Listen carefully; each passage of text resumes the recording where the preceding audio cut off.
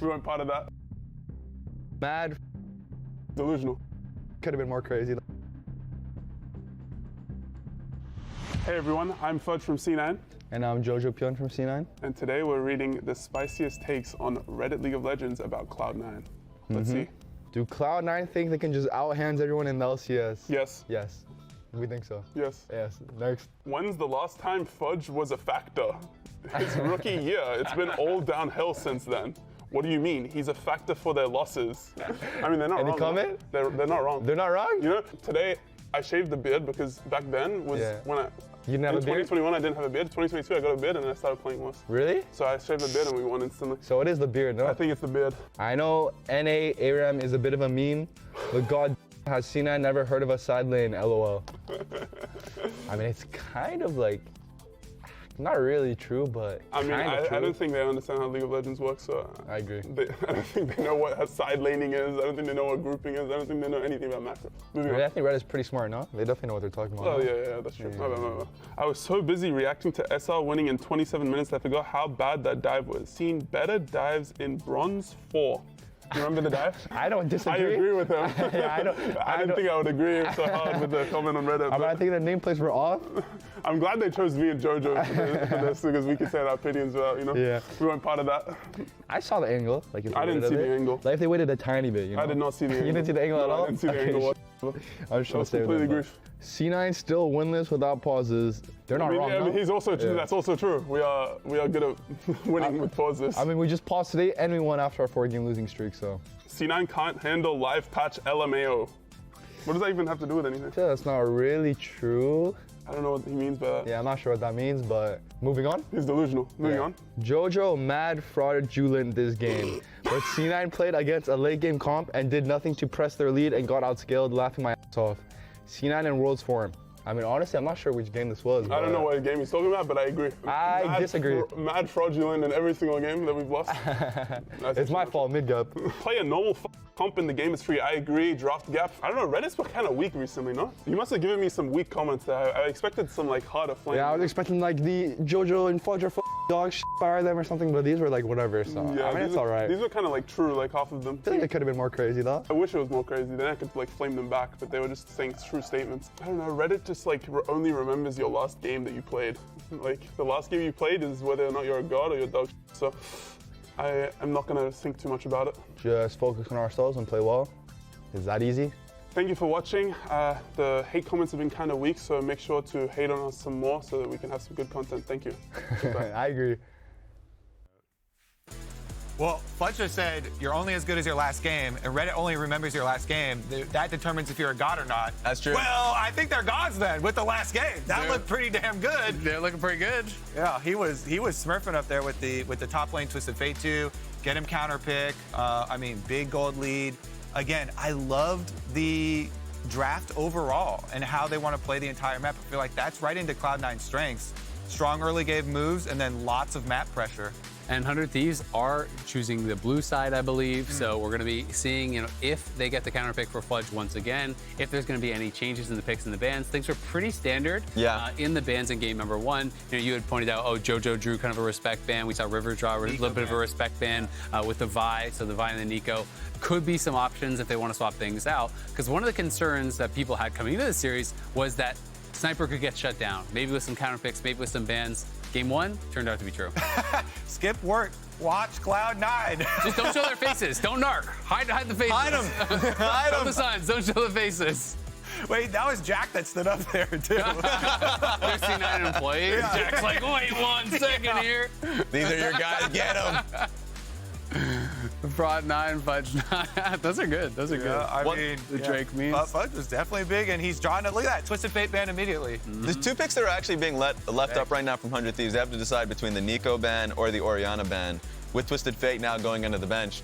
Like, I guess the idea is that, Jojo played so well on Talia pick that they really wouldn't care that much if he were to go towards the Orianna. They're going to first pick Senna, I think. Okay, so Snap Cloud9 bans it. So they banned out Smolder, so I was going to ask, like, would they actually be willing to first pick the Senna because they first picked Nautilus last game and left Senna up?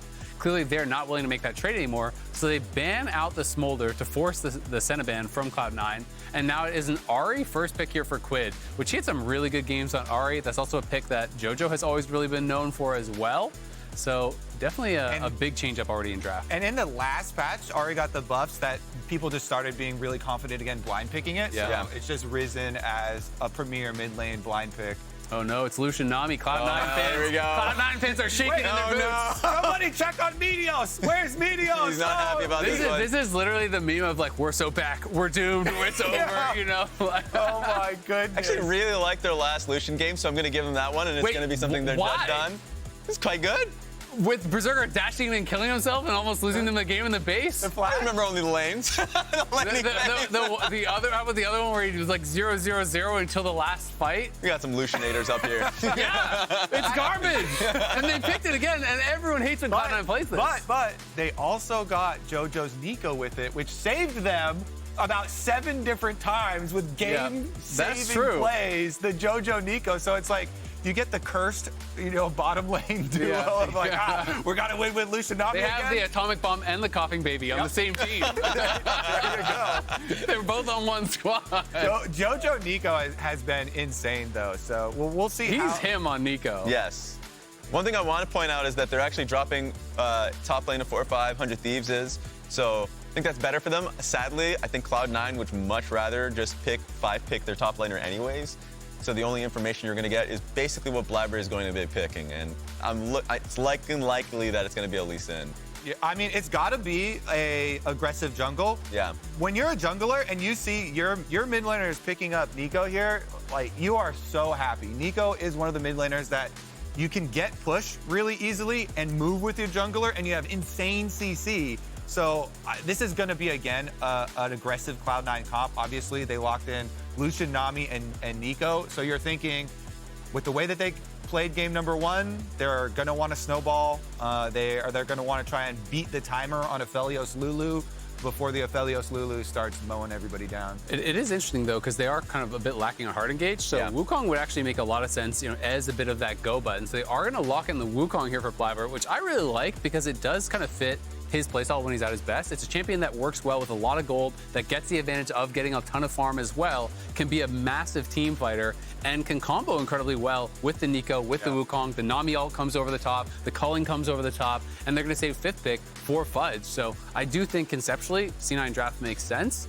but I absolutely have concerns about how the Lucian Nami is going to perform, because if they don't do really well, you're just going to get outscaled by Aphelios Lulu. So I've been in this position looking at Cloud9 comps before, where you're waiting for the 5 pick and you're thinking, ooh, if Fudge had like a tank with some hard engage, that would really round it out. Yeah. And then he goes with like Jace or something like that, and you're like, oh, another volatile or Kindred. Okay. Hey, this is insane. Milky Way is actually changing, drafts across the world. Everybody's starting to play Kindred. They want more carry junglers, and they do have a Lulu on the team. It can help River as well. It's a Blaber pick as well, right? So it's kind of picking one of his comfort picks against him. It does really good job in answering some of this hard engage, this AoE engage as well, to be able to kind of deny that initial first kill through the Neeko ultimate, the Wukong ultimate, etc. We also have that 5th pick Jax. How you feeling about that for Cloud9? It's more kind of priority again on the side lane, Ras. I like it. At least if with how well they're playing towards him now, at least since the break, I think that we've been seeing a lot of great lanes from Fudge, so that's been a positive for me. The one thing that I don't like about the Kindred pick is because usually you would want to have Kindred Neeko within your own team. And I think if it wasn't Lucian, Nami, and the bot side of the map, they would have done that. But in this case, I think it's a little harder in team fights where it's even, where the Neeko right after Kindred ult expires is going to be beneficial for Cloud9. So that's the only thing to look out for me. All right, well, I think it's all eyes for Cloud9 fans on that bot lane. Will the Lucian Nami succeed? Let's find out as we're going to hand it over to the casters to take us away. Thank you very much, everybody, and welcome back, ladies and gentlemen. It's time for game number 2 here with this series. If you haven't missed game number 1, well, the super team was looking pretty super, and 100 Thieves have not yet beaten the allegations here in playoffs. True. One thing I want to clear up, though, about Kindred play, just because everyone's like, Milky Way is playing Kindred, why can't we play Kindred?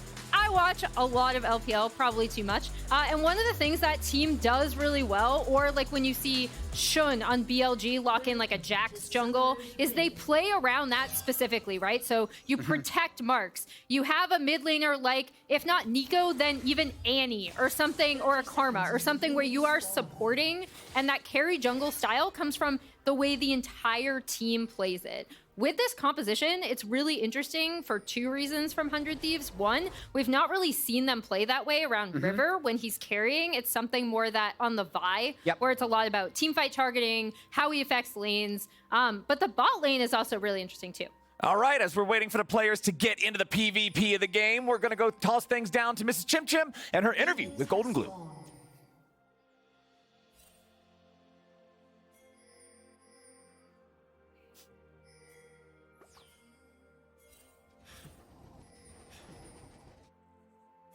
Last game is we picked a little bit too much scaling. We thought, game 1 was going to start pretty slow and we wanted to have more scaling, but we weren't able to fight early, which is one of our big strengths. So we picked a better comp, I think, that lets us fight more early. And I think they overall still played pretty well. We just kind of got rolled over from some snowballing early. So yeah, I don't know. I feel pretty good about game 2. And what do they need to focus on to make sure that they can secure this win? We were talking about just giving each other confidence to fight. I think last game we couldn't really fight early, so sometimes you get in this mindset to where like you never want to fight. So just giving each other confidence and to take aggressive fights is going to be the key for us. Alrighty, thank you so much, and I'm gonna send it back to you, casters. The one thing I'm worried about along those lines with what Golden Glue's talking about, being able to take fights where you want them, the difference in go buttons between these compositions. I'm looking at 100 Thieves, you got Aatrox, you got Kindred, Ahri, there might be a couple tools to try to set up a pick here, but when you compare that to the engage power of Wukong and Nami waves and Neeko, C9 seems to have a lot more tools at their disposal. Yeah, and I think the performance that C9 put on in game 1 is quite encouraging. Like, if you were to watch a preseason power ranking video and then watch game 1 of this playoff series, you'd think nothing was amiss. Sure. Yeah, totally normal split. Everything's Everything is fine. to expectation. Exactly, but and that's what 100 Thieves has to bounce back from, because they've elevated themselves so much with their 10-4 regular season and their number 2 seed, and they need to get back to, as Golden Glue said, the team that fights a lot. They led the league in combined kills per minute. It was actually higher than teams in most regions, and immediately River really wants to hop this wall and go at Jojo, but Jojo, we'll see if he gives the window. Well, the charm not hitting there means Jojo won't be completely locked down. A lot of damage. The River getting some nice damage here with this gank. Jojo flashes away to live, just barely hanging on. But Blaber's now going to make his presence known in the bottom lane. Meech still trying to escape. He might be dead. Blaber's just going to dash forward there with a clone. Easy first blood for the Cloud9 jungler. Yeah, and I think, again, the big thing here, as we see Fudge has shoved this entire wave in and is now going to start dirty farming on the top side. Fudge is really good at playing around leads like this. They should be able to take a lot of top side advantage and be able to track River even better. But watching River's Kindred is so interesting because he still typically plays for his lanes. Ooh, nicely done from Blaber there, guaranteeing the Scuttle Crab control. Yeah, and Blaber plays a ton of Kindred, so he knows better than anyone, right? You want... The team is going to want to protect these marks. River has been known to sometimes skip marks, though. I actually tracked him versus Blaber, I remember, in terms of his early pathing and how the two junglers play differently around the Kindred pick specifically, as we see revisiting the flashless Jojo. Yeah, and River's given up a lot of early pressure. I think if he waits a little bit, he might be able to get a mark spun on this next crab, but overall, a very good early game from Cloud9. And I like how aggressively Jojo wants to play this lane, specifically because he knows Ahri has exactly one hard CC. It goes in a line and it stops at one target, and it's very easy to just use the Neeko clone and say no. Yeah, and again, we see tracking River is of the utmost importance. They were able to get that ward down thanks to Fudge's early topside pressure. They know exactly where he is. And the thing I'll say is, you like how Jojo's been playing aggressively. I like how aggressively Blaber has been playing, right? Like, I really like what he's done for his lanes as he's gonna catch out River on the top side. Okay, River's going to have to surrender this Gromp to the power of Blaber's Smite Steal. He'll force the Kindred back over the wall. Meech and Eyla stuck underneath their turret right now. Meech only 300 HP left on that Aphelios, eating one of his biscuits to try to heal back up as Jojo keeps the pressure on there with the blooming blows in mid lane. Quid does not have a lot of health or mana to work with, and the problem is teleports have already been spent on both of the mid laners, so C9 knows they've got control over the mid lane, they've got control over the top lane. No reason for Blaber not to be here just picking up some free grubs. Dude, how happy is Blaber? Like, his mid laner absorbs the first gank, which allows Blaber to pick up first blood in bot lane. His mid laner then absorbs another gank. Hold on, River with the flash over the wall, just going right after Jojo. The mounting dread with the followed up dance of arrows. River puts Jojo in the ground. Okay, next point, River never gives up because the third time's the charm, and it actually bounces him back in the game. Up until that point, Jojo had absolutely been giving Blaber a massive leg up in this game because Blaber got first blood, Blaber stole 2 camps, Blaber got the grubs, but because River now actually got the kill on a Jojo, he's okay in the game, and that is actually kind of a perfect encapsulation of River versus Blaber. Blaber takes the more efficient, somewhat guaranteed plays. River is willing to go all out and just keep trying, and over time he actually makes it work. Yeah, as we see River coming down on this bot side. Again, the thing I really want to credit C9 for is tracking where he's going to be. Not just this game, but in the prior game, right? Like, obviously in this game, it's even more paramount, I think, to success because of how you really do want to protect those Kindred marks. As we see River still hovering around bot, seeing if he can make something happen, but outside of that one kill, hasn't really been able to get much. Exactly. There's just not looking like a whole lot of opportunity down here.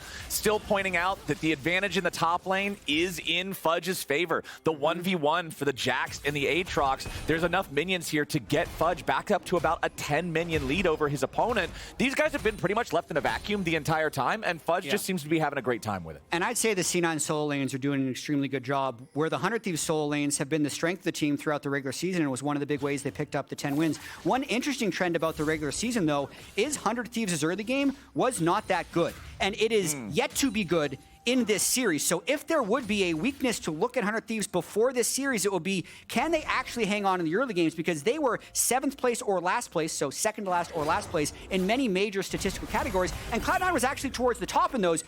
Push those two things together, and you might have Cloud9 running away with games, as they did in Game 1, and as they are potentially on pace to here in Game 2, with 3 grubs, first Drake, and 1,200 gold already in their pockets. And it's about to be the Drake as well. You can see Blaber in the Drake pit picking this one up. Shouldn't have any difficulties with it because, again, it's so easy to be a jungler and look like you run the objective game when your lanes are just winning all over the map because the enemy can't contest you. Blaber got the grubs for free. He's going to get the Drake for free. C9 is very happy with the first 8 minutes of this game number 2. Yeah, I am wondering, I was thinking they might look for something on top side with River here.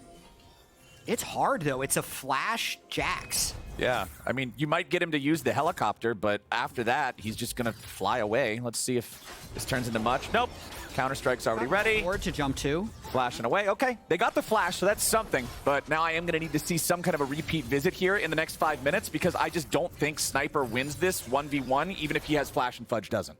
Yeah, probably not. They did get the gank post-teleport, so he should be able to crash this next cannon wave, deny a few minions. Although, actually, no, with how Fudge is already running out of base, he's going to catch the majority of that wave since it is a cannon wave. Won't give Sniper that big of an advantage. So Sniper, who did lead the league in solo kills, yet to get a kill in this series. Such a surprising rookie going up against Fudge, who actually won the entire LCS in his rookie split. And so far, Fudge has definitely had the upper hand in this matchup. Yeah, and the other curious thing is, I know people are really eye-rolly about the Lucian Nami pick from C9, right? Yeah.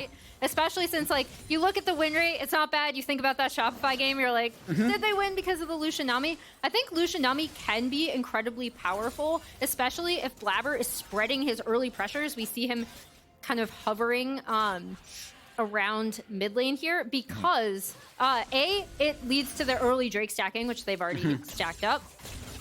Blaber's really I don't think he's gonna be able to go anything for here. But they end up using that bot side pressure, translate it into early objectives. And what I really want to see is how they move around the mid game, right? Yeah. Lucian can be so controlling in terms of the map pressure he puts down, in terms of the kill pressure he has alongside the Nami, and I really want to see C9 take advantage of that. Blaber immediately saw that crab was in the top side with the mark. He rushes towards it, and Jojo uses his clone as a pseudo ward to make sure that River and Quid weren't going to get there in time. But now River and Sniper and Eyla are all showing up here in this top side River, ready to try to contest the grubs. River grabs the first one, so no 6 grub count for the side of C9. Nice charm from Quid, hits the real Jojo. It's going to force them back. 100 Thieves should grab these grubs. There's the second one. So it looks like it'll be a 3-3 grub state unless Blaber can sneak in, but Quid still running interference, keeping the C9 jungler out. I mean, a really successful contest for 100 Thieves, considering they were a little bit behind in that top lane matchup. I'd say that charm chunk they got onto Jojo prevented an all-out fight from occurring. Berserker also kind of auto-path towards bottom lane because he has a static shiv, and I feel like he wants that sweet, sweet plate gold for himself. But if he'd pathed out towards mid, they could have actually secured 6 grubs and maybe gotten gold later. But now they are first to bottom, and there's the teleport. TP coming in as Jojo goes for the pop blossom and the dive on Meech. Ayla wants to keep him alive, but he can't do it in time. Now Quid's gonna try to clean these guys up. Nice flash away from Berserker. Keeps him alive long enough. Quid still in hot pursuit, and the Foxfire cooks him. Now Jojo's gotta try to kite it out, but he doesn't have a lot of mana to work with. Jojo with 500 HP, but Quid's got all the mana. Another nice use of the charm, but Ayla picks up the kill. Now Blaber's coming in looking to finish these guys off. He goes after Ayla first because he knows that Quid is stuck on the wrong side of the rift. He tries to spirit rush his way back to safety, but he's fish food, baby. Quid drops. Vulcan gets the money. It's a 4-3 game for C9. Quid is so clutch because that could have absolutely been curtains for 100 Thieves. This is a very fed Lucian who's putting the other Aphelios in the dirt thanks to Jojo's early roam. They completely one-shot him. You think after this they can get extra plates, they can get more, but because Quid is able to secure not only this kill, but then also win the duel against Jojo later and then give the kill over to Vulcan, of all people, it's massive for keeping 100 Thieves in the game.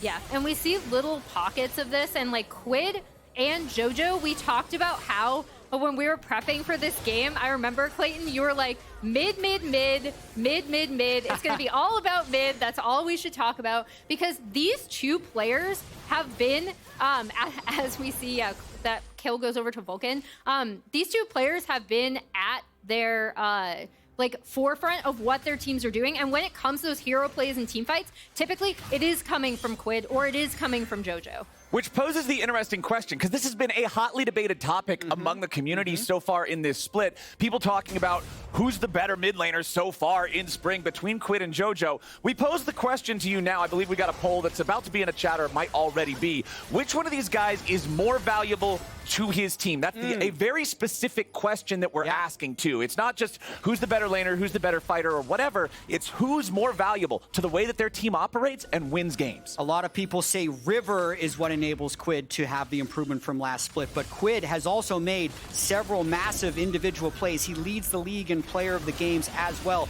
but Jojo continues to make a big impact. And in terms of current game impact, though, it is this Lucian Nami. One quick call out. C9 is undefeated on the Lucian Nami. They were winless on the Lucian Melio, and the way this pick manifests its power is actually through things like that. You try and contest mid, you get chunked out, which now gives Cloud9 an uncontested trade. Exactly. As soon as I saw that culling come out, that just seems to be the textbook play of what you want to do with the Lucian after you're out of the lane, after you've hit this first item power spike. You don't even need the kill, but Meech is so low now, there's no way that 100 Thieves can try to contest this second Drake. Blaber's going to pick that one up too. It's now a 2-0 Drake count for C9. And I also think when people talk about the scaling of Lucian Nami, and they say it's bad, I would say the scaling depends. Okay. It depends on what you're playing against, because nothing on 100 Thieves, in my opinion, is going to stop Berserker from being able to chunk someone to half health at any stage of the game if he stays ahead of the curve. There is very poor hard engage. There's no Nautilus that can hook him when he steps up to poke. So I think if he's able to keep this 50 CS gap between himself and Aphelios and keep himself accelerated, it's going to be a very good look for Berserker's Lucian. No hard engage and no true tank. Again, your front line is the drain tank in Aatrox, if you're getting shot with 400 bullets from 1,500 units away, there's nothing to drain tank off of. We'll see how well 100 Thieves will be able to navigate these larger fights. We are 14.5 minutes into the game now. Plates have fallen. Laning phase is pretty much over, which means I'm expecting some larger fights. The Herald also hanging out in the pit. There's no Drake to contest on the other side of the map, so you're not just going to get a trade. It looks like 100 Thieves might want to do something about this.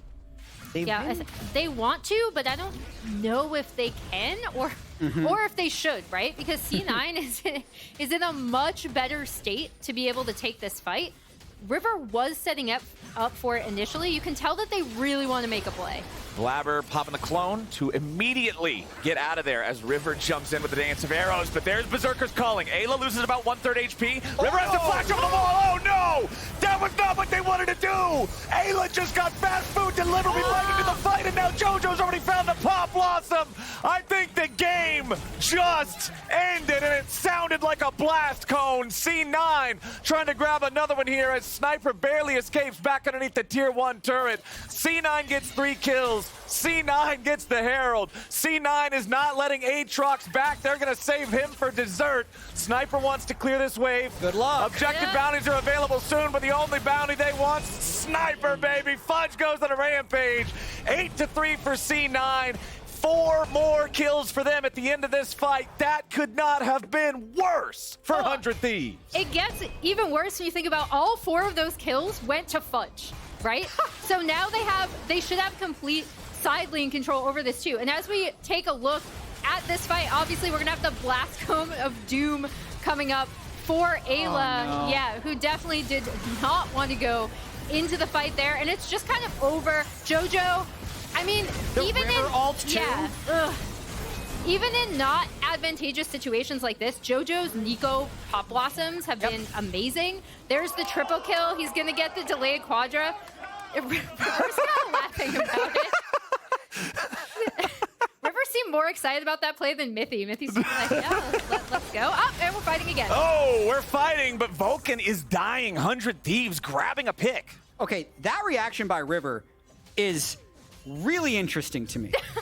How so? So listen, normally I would say a team that is 10-4, called fraudulent by all of their competitors, and then is 0-1 down in the series, just had a disastrous fight. You are face-palming, you are angry, you are tilted. He still does seem relaxed, which makes me think he's going to be willing to trigger pull later in this game, and I actually think has the mindset they need to stay in it. The problem is... Fudge has 5 kills now. I was about to say, I think the problem might be the dead Aatrox on our screen, as River also drops on the other side of the map. Fudge takes the tier 1 turret. 5,000 gold lead now for C9. They're just going to keep on pushing down the mid lane, take out that tier 1 there. That's going to balloon this up to about 6K. Yeah. And this is what happens when Cloud9 picks 2 to 3 winning lanes and they dominate. It's what they did in the first week. It's what they failed to do throughout the middle of the split. But they are feeling, what were they saying? C9 is back? They're back? They definitely feel back in the first game and a half of this series. Yeah, and there, again, you can see the dangerous... Wow, okay, chat has decreed Quid is more important to his team. We'll see if he'll be able to help kind of maybe get 100 Thieves back in the game, but I think the big thing here is now you saw it. Those 4 kills going to Fudge, no one can go up against this Jax in the side lane now. So they should be able to have side lane pressure. River has not been able to do anything for 2 straight games. JoJo is going to end up getting this turret on bot side. The Jax is 2,700 gold ahead.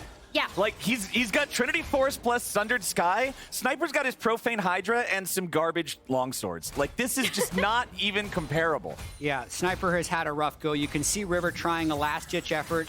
Fudge would actually consider trying to turn this around, I think. The fact that he also had the Kindred show means Berserker gets to continue to play aggressive. Everyone on Cloud9 at the moment wants to go in.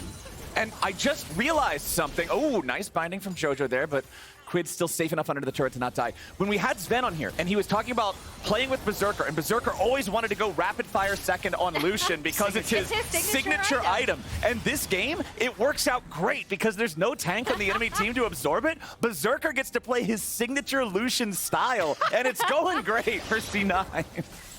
Yeah, I mean, C9's map control in these... Oh, Quid! Pop Blossom into the blooming blows. C9, they get the kill, and Jojo lives with the stasis. Eyla pops him there at the end to make it a 1-for-1. But C9 nearly getting a kill on River here too. Now he's just face checking into the Lucian. River, he'll stay alive through Lamb's respite. They throw him up in the air with a tidal wave. River gets himself back far enough to survive. Meech still trying to fight back against these guys. Moonlight Vigil doesn't hit a damn thing. Blaber spinning, C9's winning, and there ain't nobody on 100 Thieves gonna stop him. Holy cow, 4 dead bodies in 100 Thieves colors. And that entire sequence was C9 ego. They didn't need to do that to win this game, but they wanted to do that to win this game. Jojo flashed in between turrets to get a solo kill onto Quid, knowing it would cost him his life. It did open them up to some vulnerability, but they outplayed them once again, and they just accelerate this game even more. Well, this is what we wanted to see from C9 all year, right? Like, not just we're eking out a win because we're A-ramming against Shopify Rebellion for like a half hour. It's stuff like this, right? Yes. It's them being able to make these really flashy plays and get away with it. And then more analytically, I have actually really enjoyed the way that they've used their map pressure from these winning lanes. I completely agree, and I'd say Fudge, to me, is the biggest standout in terms of denying 100 Thieves what their win conditions have been in the regular season and enabling Cloud9 to win in these playoffs, because Fudge was largely not impactful in most regular season games from Cloud9. It was kind of a JoJo check as Berserker is signaturing on River. He nearly kills 2 of them. River is dead. Meech barely survives. Sniper stuck in a bad fight now as Blaber and Jojo are working together to burst him down. He's trying to fly away. Barely escapes the root. But Berserker, he's not done. He wants to go in. Where's that signature shot? All right, not quite enough. Not quite enough firepower, but hey, if the small arms fire won't do it, bring in the air support. The Fudge Copter's got 6 kills. Oh god, this game is so fun. It's completely off the rails. I feel like we're getting our tryouts for being LPL casters, right? There you go. Every time Jatt or I try to make a point, there's a fight. Actually, I think this is what a lot of 100 Thieves scrims look like.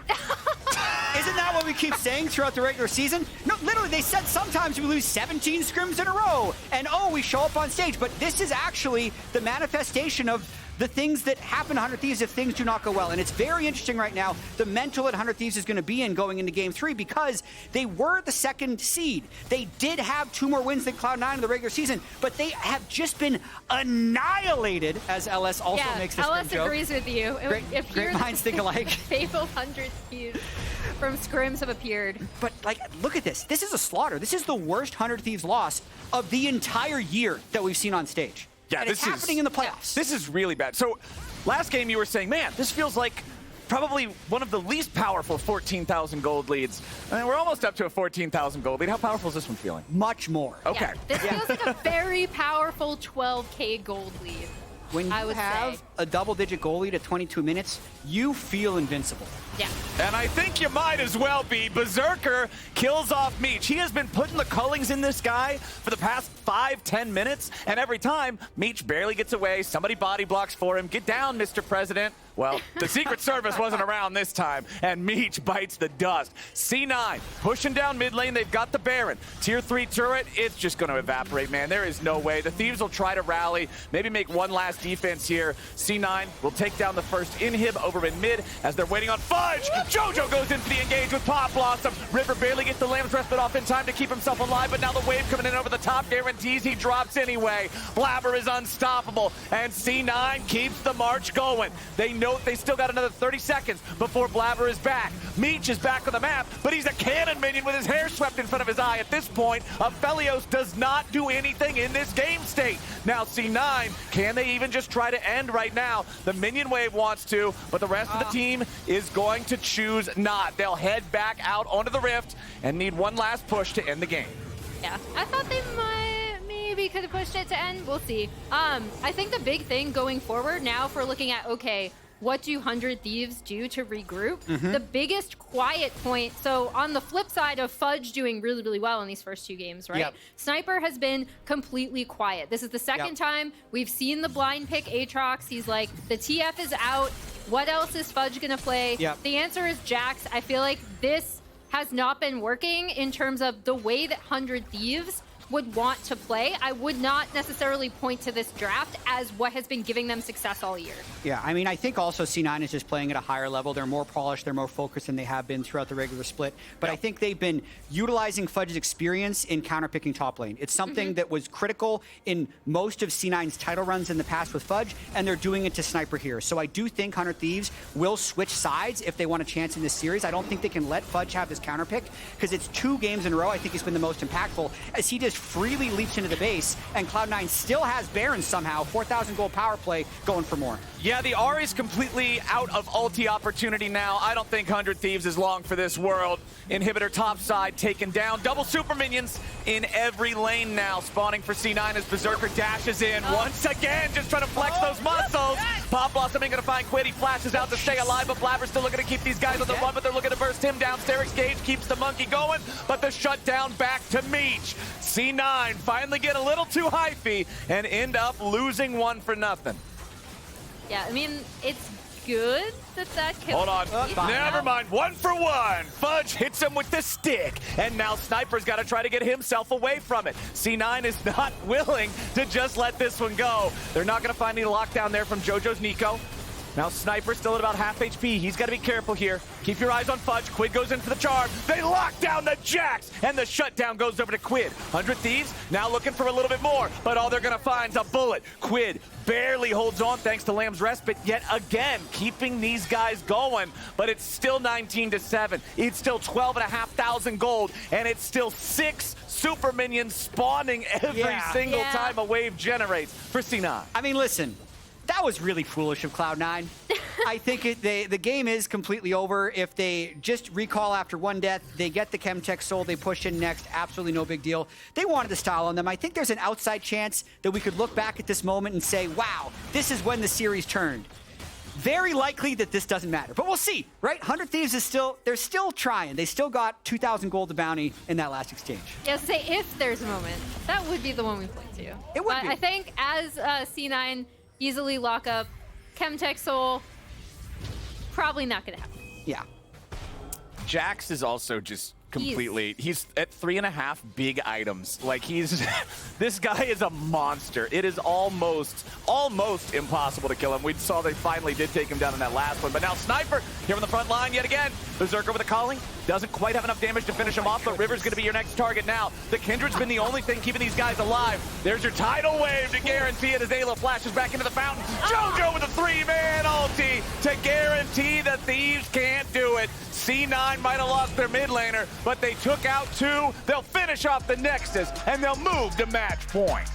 1 game away from guaranteeing themselves top 3 and moving themselves to being 1 series away from MSI. 2 back-to-back statement games by Cloud9 saying that regular season doesn't matter. 8-6, who cares? They are up 2-0 against the previously 10-4 100 Thieves. Yeah, and I can't stress enough how awesome this is to see from C9 specifically. Again, when this roster was put together, I was looking at it and I'm like, how is Blaber and JoJo going to work together? We saw that specifically in these first 2 games. I really like how they've been coordinating. I really like how involved Blaber has been just in C9's early game across. So not only does he have pushing lanes, but he's really making the most of it to track River, make sure he can't do anything, and then to be able to rotate that pressure for objectives. All right, game number 2 is wrapped up, and it's time to remind you all, during the 2024 Spring Split, you can use your MasterCard to make a purchase from the in-client store and save your card on file to be entered for a chance to win a trip to a League of Legends event or a set of 8 Player of the Week statues. Entry period is from March 2 to March 24. But now, we're going to head on back to the LCS Lounge to break down game 2. Hello and welcome back. It's my time to shine now. Go for it. Get in there. They gave me the iPad. Honestly, we also had Courage in the background there. He was like, please don't show this to me anymore. Too bad. We're going to take a look at the game again. Look at these clips. Are we actually starting with the Rift Herald play? I feel like that's cold. We could. It's a possibility. Let's just roll it through. All right, let's start. Here we go with the jungle ones. Honestly, though, the junglers were so big this game, both of them. 400 Thieves, even though Blaber was smurfing on them, River was still getting a lot of stuff done. He blew the flash here. He'll return later to get the kill, but Blaber, this is where he got the first blood, went bottom side after he saw River go mid. And we were talking in the pregame about how maybe Blaber's a bit more predictable than River, but I don't think so. He did a good job if we look at the mini-map here. And never mind, we'll just move on. Get that mini-map out of here. Yeah, I mean, I just think it was so key that he was able to get down towards bot lane and actually impact the Lucian Nami lane. This is the first time this season I can remember where they actually put them significantly ahead. They get the early gank, then they slam it home off of what was a grub play. It was actually a full move from 100 Thieves up towards the top side to stop C9 from getting 6 grubs. Yeah. So instead of overcommitting to that fight, they left Berserker down bot side and they just rotate down towards bot. So great, you took 3 grubs. Who cares? Your Aphelios is a grub for the rest of the game. Like, this guy is useless. They dive him. Yes, there's some things here that could have improved. Jojo could have played this more slowly if Blaber had come down, you know, and I don't think he had to actually give that kill back to Quid. But the play was so good for them. It's 3 grubs for the other team not having an ADC for the rest of the game. Yeah, Berserker just ran like a train through him. Like, not only was he 50 CS down at 15 minutes, but anytime they were trying to play through mid lane waves, Meech was getting chunked to about 20% HP, and then the incident happens. We gotta pause it. Pause it.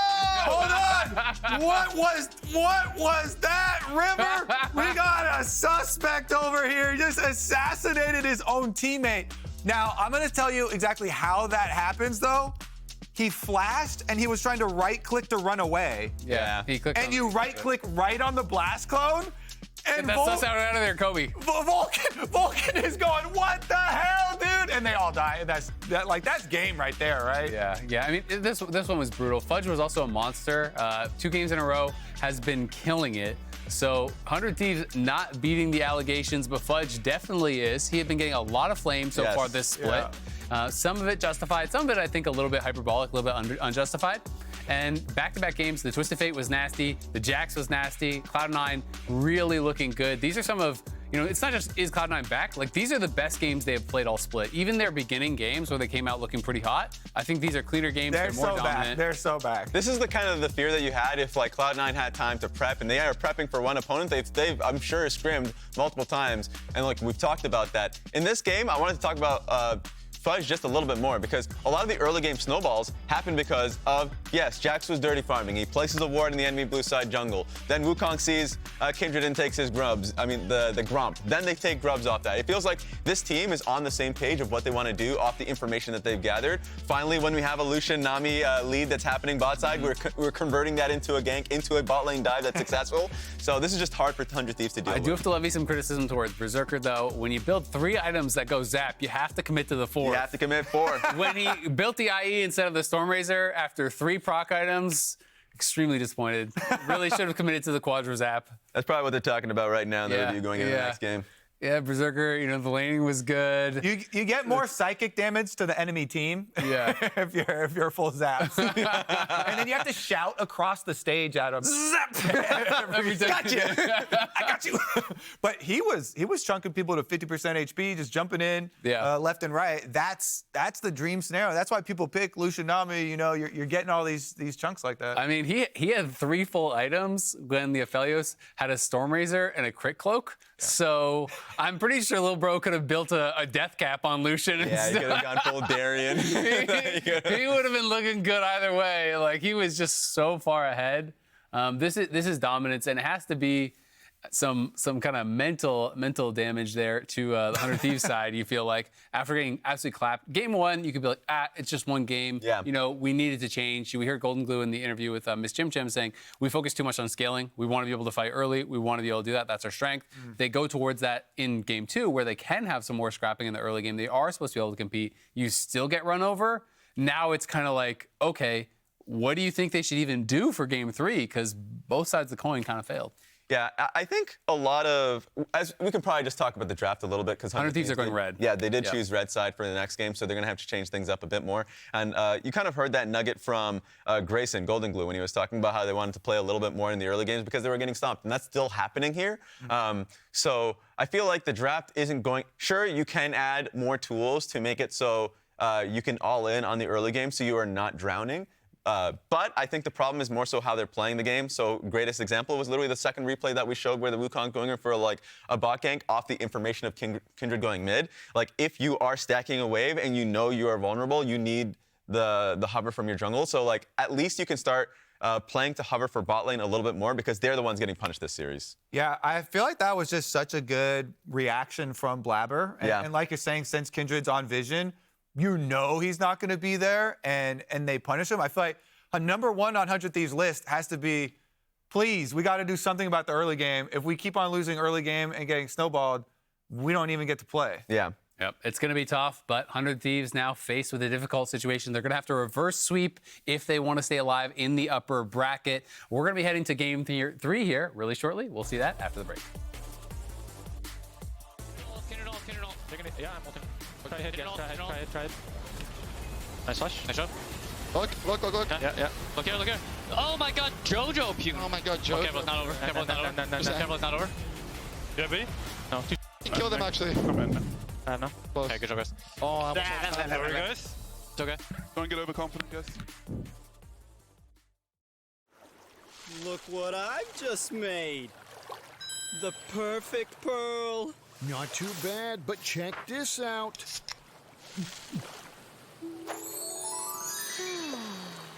Whoa, a true Venus clam. Red Bull gives you wings. The new Red Bull Sea Blue Edition with the taste of Juneberry. Wings for every taste.